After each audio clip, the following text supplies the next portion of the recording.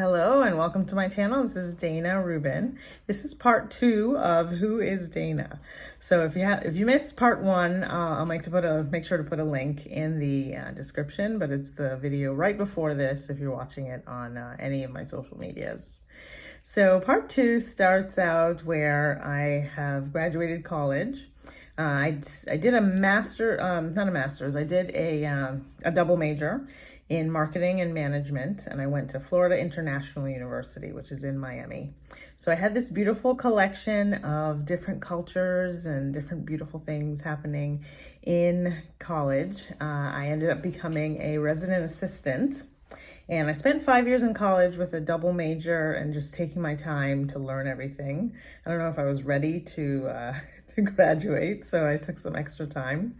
And as a resident assistant, I was in charge of a floor. My first floor was the international floor. So I remember having all of these different international students that came from everywhere, from Japan, from the UK, from Spain, from France, and they came to do their studies at an international university, which is Florida International. So one of the things that I was able to offer them was to invite them to my parents' house, which was probably 45 minutes north of the campus.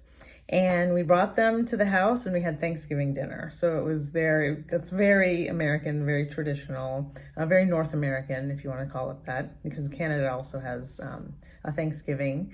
But just getting that vibe for America, something that's really traditionally American. So that was a beautiful thing. And they brought wine and they were wonderful, very gracious. It was beautiful. Also in college, I learned a lot of things about myself. I learned that I needed to take steps to do extra, to do more, to have extracurricular activities. So I got into some different clubs. I became the president of the American Marketing Association. And also I joined a business fraternity called Alpha Kappa Psi. So it's a co-ed business fraternity, and it's very business. You learn all about commerce and marketing, and you meet people in your fields. The people that join the fraternity, they're also in your classes. So you get to meet a lot of different people that they have the same focus as you do.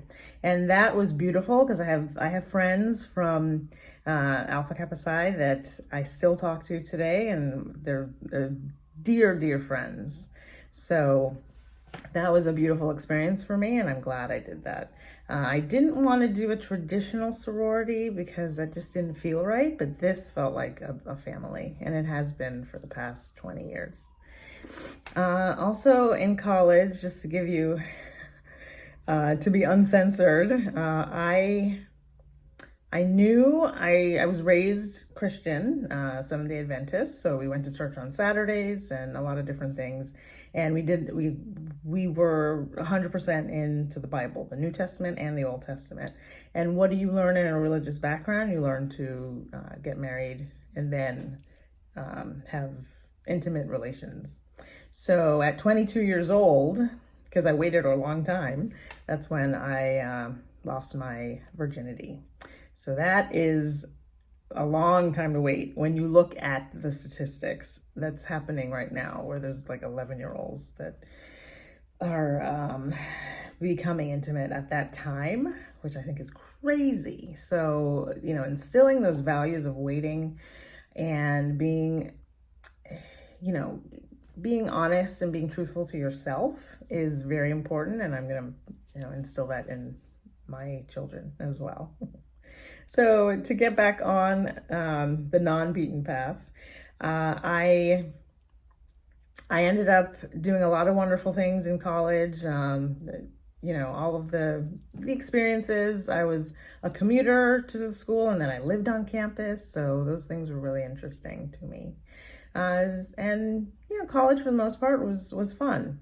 Did I end up doing what I'm doing for my major? Not really. I mean, I guess I'm marketing and I'm managing my own business, but for the most part, not a lot of it sticks. So I think real world experience is key. So moving on, I graduated and I took 6 months off because I was exhausted. So I went back home to live with my parents, and I would lay in my bed and my TV was right at my feet. So I would lay in bed, watch Food Network, and then take a break and go downstairs. My bedroom was upstairs, and, try to make what I saw them make on Food Network, and then come back up and just keep watching. So I probably gained 20 pounds. I don't even know. But it was a good break. It was a needed break, and my parents were okay with it because they knew I was going to eventually move on and get a career. I was also helping my dad with electrical work. So he worked in downtown Miami. And I would go every now and then and help him. He would give me $50 a day, which I thought was amazing. And I would help him, change breaker boxes, fix things, all the handyman. I call me an apprentice, but I was just a helper, helping him. And he was actually working in the projects. He was working in Liberty City and Overtown. So I got to see the projects, the people that are on welfare. And, I remember being there once and they pointed at someone and said, "She is the only one that's going to college out of all of the kids that are in this neighborhood. Most of them, they get pregnant early, they have many kids, and they just work the system."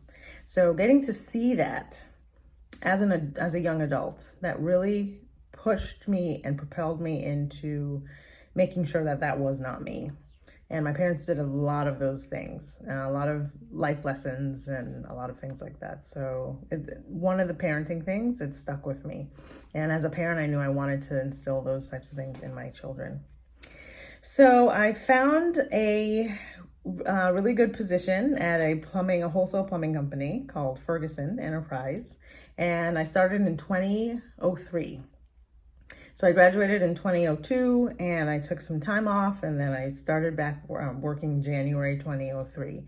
And I was working a 55-hour week, and then we went to 50 hours, and then we went to 45 hours as a company. But it was a long day. I started out in the warehouse. It's a plumbing warehouse. We did mostly plumbing back then.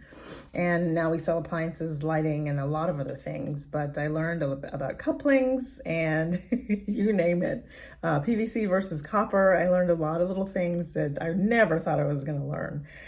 My dad is in the trade, but he's an electrician. So it was a little different to learn the plumbing aspects. And it was mostly the wholesale aspect of plumbing. But I was very grateful for that because it was very humble. And the people were the salt of the earth. And I learned a lot, and I really had to challenge myself because that was, after graduating college, you think you're going to get like a corner office or something, but that doesn't happen, right? You move and you start from the bottom and you work your way up. So I learned a lot in that position. And I was also able to sell some property that I had in the west coast of Florida with my cousin. My parents were really big on, investing in land, investing in things that have value and that are tangible assets. So not as much stock market, but more land and assets like that. So I had this piece of property that I sold, and I was able to buy a 1-bedroom condo. And that condo had, it was perfect. 704 square feet. I still have it today, and it's a rental property for me. So that's generating income pretty much, which is good. And I was able to really connect with that part of my life. And what I learned from the experiences in my early 20s and my late 30s is that I could be self-sufficient. I could live on my own. I could do things on my own. I want to make these videos around 10 minutes, so I'm going to make a part 3 and a part 4 because this is getting to 10 minutes. But that was part 2 of Who is Dayna? And you can find me on Instagram, YouTube, Facebook, TikTok, and Rumble. And I'm going to go ahead and start with part 3 of Who is Dayna? So stay tuned for more, and I'm so glad you're here to be here so I could share my story with you. Many blessings.